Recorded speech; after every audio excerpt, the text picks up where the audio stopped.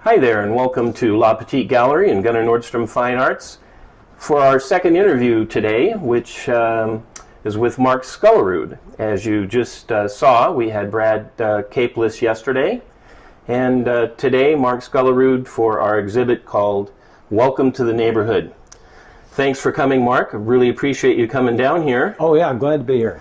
You know, since it's so difficult during this peculiar time that we're in with forced mask wearing, social distancing, I'm going to let you take off your mask. I'll sit 6 feet away from you, and we'll do a little social distancing and have a good conversation. Is that okay? Sure. Let's go for it. Welcome back, Mark. Thanks for taking off your mask and able to have a little bit easier conversation with you. Thanks for inviting me. Happy to have you. This is going to be a terrific exhibit. Our interview with Brad yesterday was interesting and informative, and I'm sure yours will be just as equally so. So let's get started. Why don't you give us a little bit of a brief history on your background? I'd liked to do art all my life. The very first thing I recall doing is following John Nagy on TV when I was in junior high school and sending in for his booklet and drawing along with John Nagy. Now, who's John Nagy? Well, he was a guy who was on 1950s TV, and he had art lessons on television. Okay. Was that a Seattle show, or was that a national? I think he was it was national. Okay. Yeah, but it was fun, and he had a step-by-step thing, and I did that, and then later my parents paid for a junior high school girl down the block to teach me stuff, and my junior high school teacher would run around Seattle after school on a bicycle, and a bunch of us followed him and did plein air painting. And then I did art courses in college and so on. Okay, where'd you go to school? High school? College. Oh, college, Western in Bellingham. Okay, yeah. All right, good. Great school. Now you just mentioned Seattle, so did you grow up in Seattle? Yes, I grew up in Phinney Ridge, North End, and I lived in 2 different homes up there, and I just thought it was a great neighborhood. I loved it. Okay, the Phinney Ridge neighborhood, while not specifically portrayed in some of your paintings, very similar neighborhood to a lot of the paintings that you do. Yeah, some of my earlier stuff was of that, but it's stylized enough that it's not necessarily identifiable as that, but really close to my heart, and I love the town and the neighborhood. So, were these tightly built homes close to each other? Yeah, pretty craftsman homes, that kind of thing. Mm-hmm. You know, lots of hills and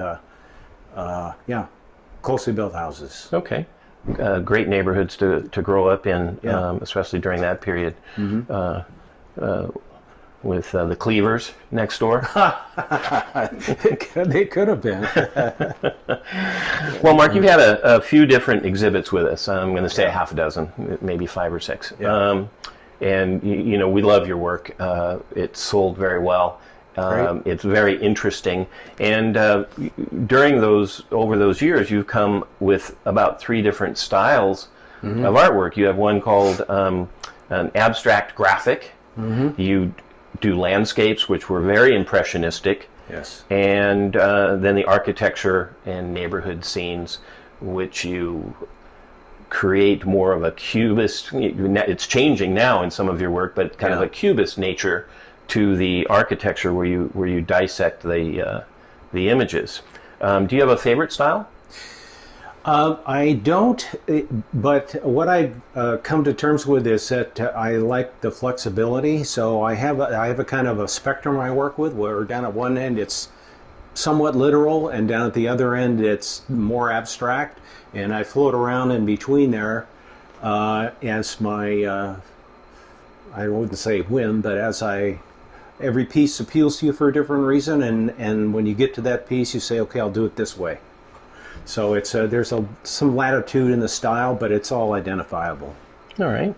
Yeah. Each style that we've shown has had been pretty distinctive. You'd be able to say, oh yeah, it's a Mark Skullerud, but it's considerably different than the last one that you showed, with the exception of the Impressionist work. Yeah, that was quite different. Those were really considerably different, but they were really beautiful. I know a lot of those scenes were taken from Whidbey Island, looking across the Sound Yeah. or into the mountains, and they were just really quite lovely pieces. Well, I've done a number of different isms through my career, and when I moved to Whidbey Island 11 years ago, something just grabbed my nose and completely turned my head around because I was looking out at the Olympics every day, and that's a movie that just never stops. Right, Because the cloud shadows and the weather and the timing and the time of year, and it's just so interesting to watch. You could just sit down and watch it all day. Right, I know you had a couple of paintings that were the same scene that really changed dramatically because of those different scenes, patterns, and sunlight and light and day. So you've been involved in the art business for a long time, but not necessarily as a painter full time. Did painting come after you retired from what really was a kind of an art career, or have you been painting your entire adult life? I've been painting my entire adult life. It's just that when I started out, it was architectural stuff, and it was very exacting and precise, and I learned quite a bit there. And then, but I'd come home, and when I got off work, I'd go home and paint till I went to bed. So I've been painting for 42 years now. Yeah. Gosh, now that you're only 52, that's fabulous. Yeah. You'd mentioned Teague as an employer for a number of years. How did that fine-tune your style? Did it tighten up your style? Because they're a pretty precise company in a sense. You might tell us a little bit exactly what Teague does. Yeah, that was my first professional job in '78, and I got hired on as an illustrator. And back then, this was pre-computer, so Teague is the oldest continuous industrial design company ever, anywhere. And from the very beginning, they did the industrial design and the interior design for the Boeing jets.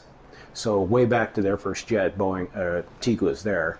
My office was dedicated to the big airplanes, and at that time we had fabric designers and carpet designers and graphic designers and all kinds of designers, and an airline would come to Boeing and say, we want so many airplanes, and then they would turn to Teague and say, do some proposals for what the interior should look like. And the designers would come up with fabrics and carpet and other graphics. And as an illustrator, what they would do was say we would get the fabric samples and we would pull the individual threads out and color mix paint to match the threads in the fabric. Oh my. And the same in the carpet. And so that we could give them as an exact approximation of what this thing would look like when it was finally built. And then we'd use just very old methods and tried and true methods of building perspectives. We didn't have any computerized method of doing this, so we'd do it by hand using plans and elevations, and then we'd populate it with seats. Remember, this is not a square thing, this is a curved thing.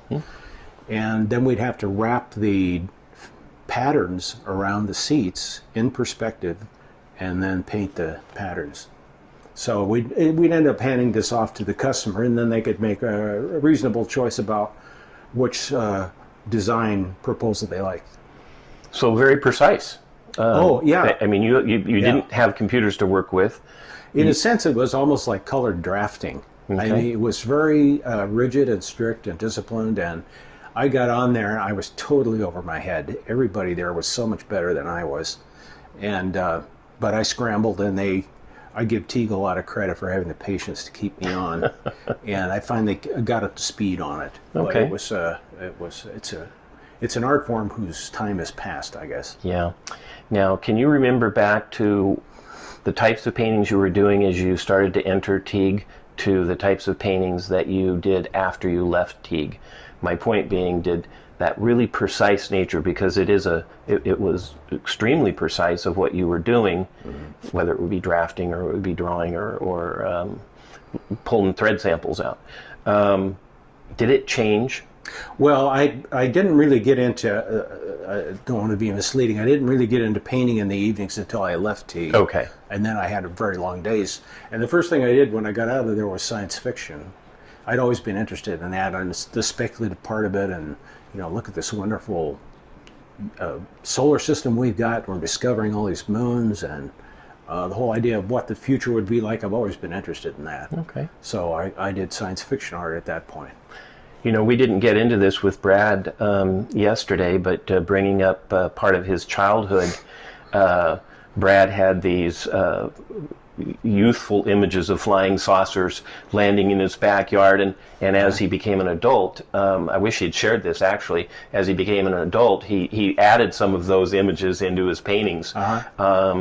And it's funny how we go back to that. Have you used any science fiction in any of your paintings? Nothing recent. Nothing recent. But something along that line. I was a big fan of Ray Bradbury as I was growing up, and I sent him a letter once and said, gee, thanks for all the stuff you've done, and he wrote me back, which was really cool. And then years later, I sent him a print of a science fiction painting I'd done, and he phoned me. Oh, won't be darned. Yeah, it was right out of the blue. It was just great. That's great. You never know what reaching out to somebody will get you. Yeah. I notice with your paintings that you are constantly kind of pushing, not so much pushing the envelope, but pushing yourself a little bit with each of your paintings. Each of your styles in particular, I guess. Something I say frequently is, if it ain't broke, don't fix it to an artist. You get a good thing going, let's keep doing that, because my business is to sell the artwork and to support the artist. But I've really noticed with you that it stops at a certain point, and you go, it's time to take maybe what I've done here and put it into something else, not necessarily for a sales strategy. I like to be challenged, and so I kind of set up my own challenges. Like I'll pick a really strange color combination, or a difficult subject or something. But I set these, I won't call them roadblocks, but I set these limitations up as a challenge to see if I can work around them. And that's, I think, maybe what you're referring to. Because I don't want, I got to be interested. You got to have a little fire about what you're doing. And if you're doing the same thing over and over again, you lose that. I lose it anyway. I know. So I can't paint the same painting over and over again. I know we've had customers come back and says, "Oh, we sure love to have that painting that sold. Can he do one similar to us?" And I know I already know what the answer will be. How do you feel about where your paintings are right now today? Oh, I'm excited. I'm a lucky guy. Yeah. I get to do what I want to do all day. Yeah, but how do you feel about the level of your work right today? Oh, I think I can continue to get better, and I think that's because I try to push myself to do new things, and to make to tackle difficult things. The nighttime scene that's right behind you that everyone can see except you is a new direction for you of doing these nighttime scenes. Yes, that is probably my favorite painting. I have to look to see which one. That you have done. Yeah, I find it really interesting. One that has a nighttime feel to it, and these little pops of the street lights that shine, the lights in the window. You kind of wonder what's going on in each one of those houses. I had a customer wonder out loud about night lighting, and I've always been interested in that. I used to sometimes, when I was on a side street, I'd turn off my car lights, drive down the street with the car lights off, just to see the lighting. Sure. But this is fairly literal structurally, based on a real view from Magnolia looking over toward Queen Anne. But what I had to work from was a daytime photo. So I had to figure out all the lighting in it. In the daytime, you have light from one source. So here, 30 maybe, right, and then the light dies off pretty quickly from the light source because it's not as powerful as the sun. And then there's all the colors of light, and then the angles where some light is under an eave and some light is over an eave. So it was pretty challenging to work that all out. One of the things Brad was saying about his work was that he makes up most of the images just based on past experiences, places he's been, or totally fictitious of these neighborhoods and the houses. He elongates the buildings, where I know that you use specific neighborhoods, but do you take that artistic liberty and go back and start, like with the nighttime scene where you have to completely make up the coloring? Do you change a house structure? Do you change a street curve or a pattern in your work to make it more artistically suited? Well, this is more in keeping with an actual scene than I'm used to. But like I say, I work along that spectrum. So I've done, like some paintings I did at Finney Ridge are very abstract, and I'm going for the flavor, really. You know, a feeling, a flavor that gives you. I've done some fairly abstract stuff, and people will recognize it. They'll say, "Oh yeah, I know where that is." But if you took a photo next to it, it wouldn't look like it. But if you get the flavor right, that's what I'm headed for. Right. Well, that's terrific. I'm going to offer you a quote that you once said. It says, "Abstraction addresses a need for spiritual nourishment by expressing the complexity of being alive as a non-physical force in a physical body." Can you expound on that a little bit for me? I pulled that out of one of your quotes. Yeah, I'm starting to regret that. I've thought about that quite a bit, and the difficulty is that the abstract work has the virtue of being able to express things that don't lend themselves to words. And so I was trying to think of what I would say to you if you asked me that question, and it's pretty difficult because it is a wordless thing you're creating.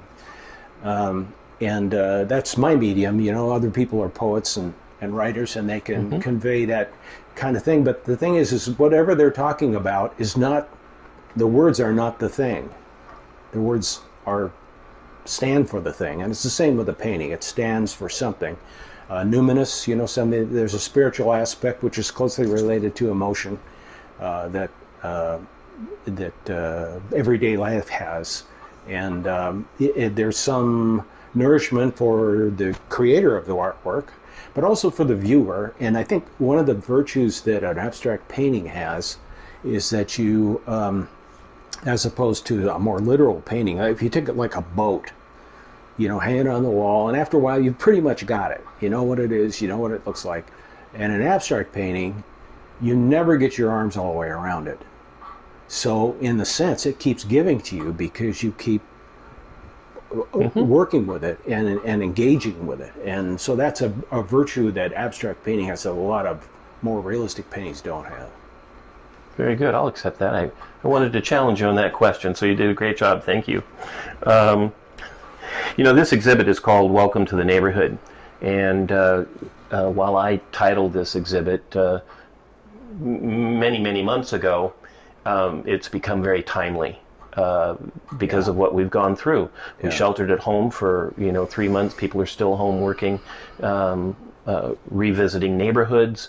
They are reacquainting themselves with family. They're working in the yard. They're talking over the fence to the neighbors. It has become something really quite significant. Did you do a painting in particular?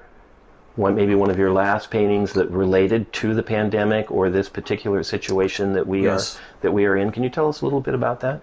Yes, it's called "We Stand in Our Doorways and Sing," and it was an abstract neighborhood at night.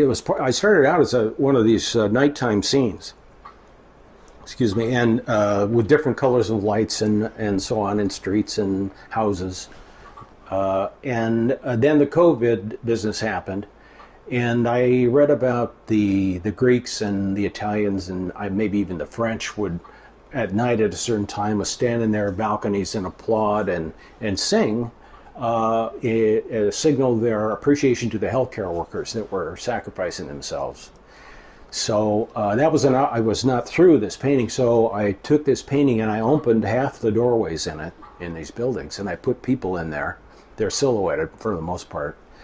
And then to follow up on this almost contradiction that we're in this together and yet we're all separated. It's a kind of an odd balance, you know. So half the doorways are open with people in them, and the other half are closed to recognize the people who passed away. Oh, very interesting. I find it fascinating that you started a particular painting and then world events changed your direction. Maybe not your direction in the painting, but definitely some of the subject matter in the painting. Yeah. I think that's very thoughtful and makes that painting pretty significant. And it's a painting that we used on the postcard that I like very, very much. Yeah. Do you live in a neighborhood? Yeah. I know you live on a big old island. Yeah, I live on Whidbey Island, but it's a rural neighborhood. There's like 200 houses or something in it. Okay. It's funny, when we moved there, I made a list of things I wanted, and I had always thought it'd be fun to live in a 5-acre plot, with No neighbors. lots of room. Yeah, without neighbors. And the more I thought about it, the more I realized that, I like having neighbors. Okay. I like knowing the people around me. And so I've lived in neighborhoods all my life and enjoyed everyone. Mm-hmm. I lived in Bellingham and Burien and Seattle and Whidbey Island and just all around Puget Sound. And all with a fence or a neighbor next door that you could get to know. And Yeah. yeah. Do you do any, in today's particular, the COVID-19 situation where we're keeping social distancing, are you gathering in the neighborhood at all, having a cocktail party or people in the driveway? Are you doing anything significant at all? I am not. My wife is, I'm on the list of people who should not get near this disease. But my wife walks around the neighborhood with friends, and they all keep their distance. Okay. And in fact, she sells flowers out in front of our house. She's an amazing gardener, and she has a voluntary flower cart out in front That's great. out of the house. And people take stuff and leave money. Yeah. So, what a nice we exchange. we don't have any gatherings. Yeah. We do Zoom meetings and Yeah. stuff. Okay. A lot of your paintings are from the Seattle area, as we've gone through. I think there's been a few of Whidbey Island as well. Do you have any plans of doing other locations, expanding that a little bit? Kirkland in particular, Redmond, Bellevue? Well, yeah, I do. Okay. I haven't. I will do something at Kirkland. I haven't yet, but I'm working on an old theater in Port Townsend. Okay. 3-story old wooden thing, 1897, I believe it was built. Mm-hmm. And they're doing a Fund Me campaign, to restore it. But it just is such an interesting little old theater, and it's up the hill from Water Street. It's called the Uptown Theater, and so I'm working on that right now. Just an interesting piece of old architecture. Now, we have a study for that. Yes. Now, as you do a study for each one of these little paintings, it's an 8x10 study for the larger works. So we do have a study of that in this exhibit, don't we? And that's also part of this night lighting series that I'm working on. So I took a daytime photo and used that as a basis for it, but I had to create my own lighting in it. Okay, great. Let's go back a ways. Okay. You were a member of the Dharmic Engineers. Yeah. What the heck were the Dharmic Engineers? Can you tell me a little bit about that? That was a group I ran into. I was selling art at science fiction conventions years ago. Okay. And I ran into the 3 guys who were the major players in that, who originated it, Ray Pelly and Milo Duke and Rob Schouten. Ray Pelly shows here at your gallery. Milo we've shown also in the past. Okay. And then I even had one of Rob's paintings at one time or another. Yeah, Rob's got his own gallery in Langley. Now. Yeah, Mm-hmm. and he does really well. He's quite an artist. He needs more hairs in his paintbrush, I think. He's tight. He paints very detailed stuff, but that's wonderful. And so anyway, we decided we'd do some stuff together. And it's the only art group I've ever joined, and we worked together maybe a year, a little more than that, and showed at different places. But the Dharmic Engineers was basically about East meets West, and so a lot of kind of literal, scientific, fact-based Western stuff comes up with the more loosey-goosey kind of Eastern stuff, and that's spawned all kinds of images about religious kind of connotations and mythology and things like that. Were these collaborative works? Did you work on the same piece, or everybody did their own thing? The guys might have worked on something collaboratively. Okay. I had one experience where I did a collaborative work with a friend of mine not too many years ago, who's an artist, and we decided we'd do a drawing together. And it was really a kind of culture shock. frankly. It was not easy because we had to set up rules. We did this several times and we created different rules. Say, okay, you work on it this long, do this kind of stuff. And I got it. So I get the drawing back from him and I think, whoa, what happened? And because it was totally unexpected what had happened to the drawing I was working on. Now there was all this other stuff. And so I tried to work with it, but I realized that an artist is kind of a despot, kind of a king of his own studio. Mm-hmm. And when you do your own stuff, you have nobody to answer to. But when you're working with someone else, that is a difficult, challenging thing to do. Absolutely. I'm part of these questions I'm trying to tie some similarities to you and Brad, even though your work is considerably different. But how fantastic I think this show is going to come together. We haven't hung it yet. Mm-hmm. But Brad and his wife, Shannon, she's also an artist. She's an abstract painter.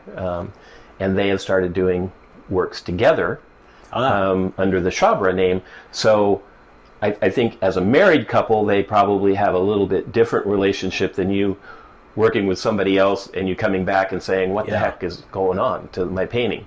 But I think it's very interesting to where you've had some collaborations, and the Dharmic Engineers was certainly one of those where you had interaction with a variety of artists. And knowing some of those artists, other artists in person, I know how challenging that would be.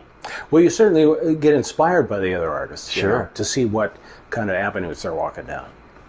All right, well, good. Yeah. Let's talk about your paintings in particular. Okay. Acrylic or oil? I use both. Okay. I start out with a graphite drawing, and then I do a small acrylic painting just to figure things out. That's the 8x10. Yeah, 8x10. It's you have to decide, what kind of colors you're going to use, what kind of lighting, and so on. And it's a little bit like making a salad you've never made before. You think, okay, gee, well, oranges work in that, and so you put oranges in there, and you don't know if it's any good until you do it. Mm-hmm. So sometimes I'll do more than one study. I've done as many as 7 studies, but more likely, most of the time I do 1 or 2. And then the little painting goes to the larger painting. And it changes a bit at each step. And we frequently will add those 8x10s into the show for sale. Mm-hmm. And those are done in acrylic because you can work a little bit faster. Yes. The larger ones are done in oil simply because it allows you a little more time to fine-tune the painting as you go along. It's a really versatile medium. Yeah, it is. And they come out so nice. They're really quite beautiful. And it's interesting to always see the study next to the painting, or at least to bring it off the wall and put it next to it. And I've had customers who have bought the painting as well as the study. And the drawing in some cases. And the drawing in some cases, right. Drawings are a little more difficult for people to grasp as hanging on the wall these days. But it's fun that if you do that, you do get to see the evolution of the image. Yeah, exactly. Where a lot of your works have kind of fallen into this cubist style. Mm-hmm. I call it cubism. I see with these new paintings, they're softening a little bit more. They're not quite as angular, and not that you're not doing those, but I see with the new ones, they are a little more natural than the cubist. But I want to know, how did you go when you started doing the cubist style? How did you go about dissecting those images to break them up? Well, I have a short and a long answer to that, but a lot of the artwork I do starts with an idea. I'm looking at something, or I think of it, or I have a photo, and a lot of the artwork I have starts with nothing.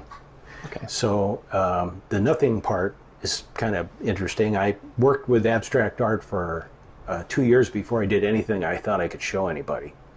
And so I went away from it for about 9 months and did some writing and other things and came back to it. And I developed a method for creating an abstract composition.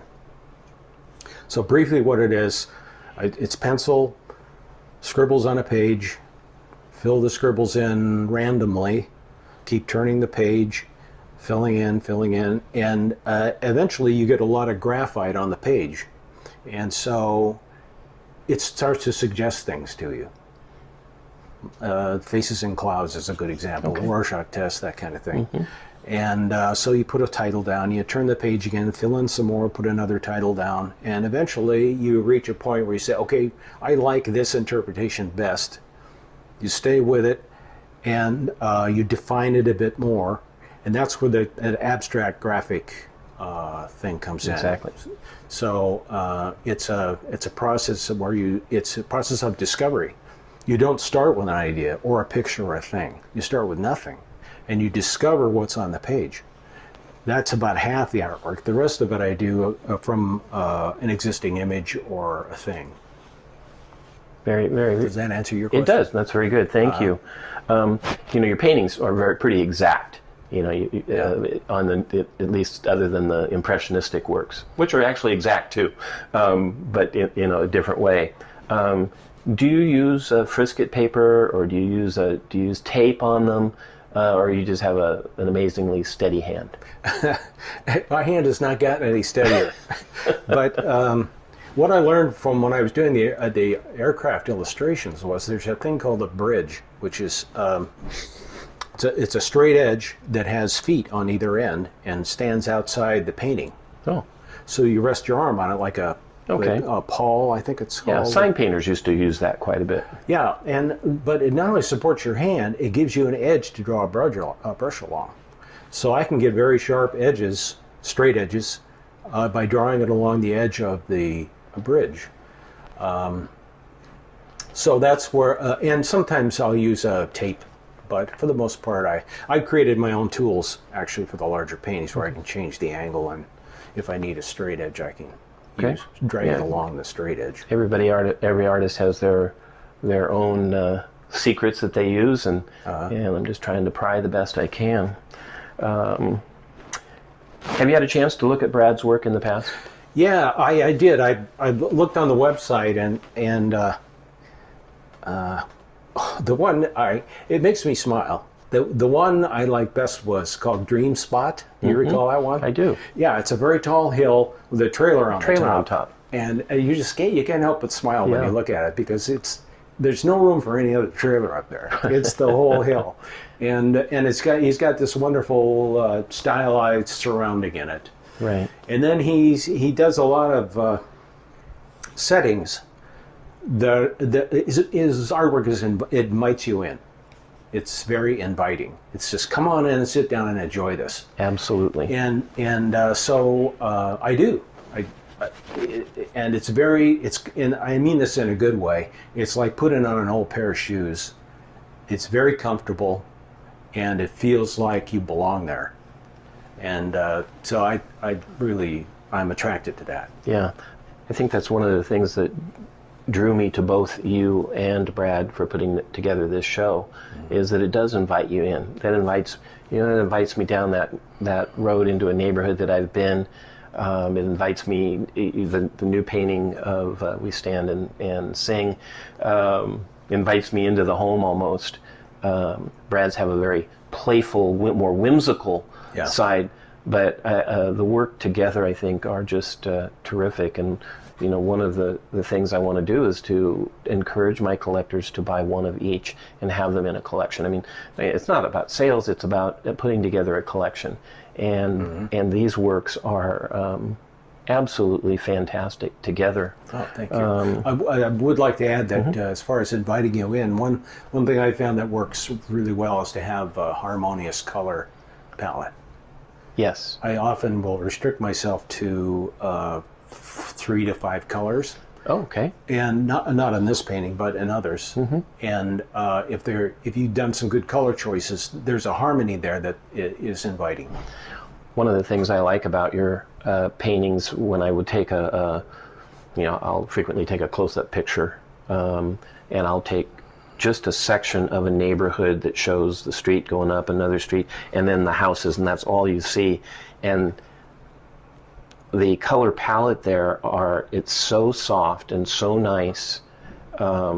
It's not monochromatic in any way, but they all have a very similar intensity, and it just goes so well together. I love those little close-ups that we do. So is there anything else you'd like to say about your work, about the show in general, about COVID-19, about life other than politics? Well, I would like to say I'm very grateful to you for having the show, and for all the people who put up with me during my art career and let me learn. I just feel really fortunate that I can do something that has given a lot of meaning to my life. There's a little different experience between being a painter and being a viewer. And as a painter, I just feel tremendously fortunate to be able to do this. And I hope that other people will feel invited into the paintings, both of ours. I am sure they will. And as I mentioned in Brad's interview, we are going to go to a 2-month exhibit schedule until further notice, until we can figure out really what to do. We're only allowed 4 people at a time in the gallery. We can't have an opening party. It's not one that you want to be at with a bunch of people around anyway. And so 2 months should give some comfort to people to come in. We have some older paintings here as well that we'll put up when we sell them, and it'll give a chance to always have a full wall and available work. And this goes through September 9th. So Mark, thank you very much for coming out today. Appreciate the drive and the ferry ride down from Whidbey. And we look forward to seeing your work up on the wall in the next day or so. Great. Thank you, Gunnar.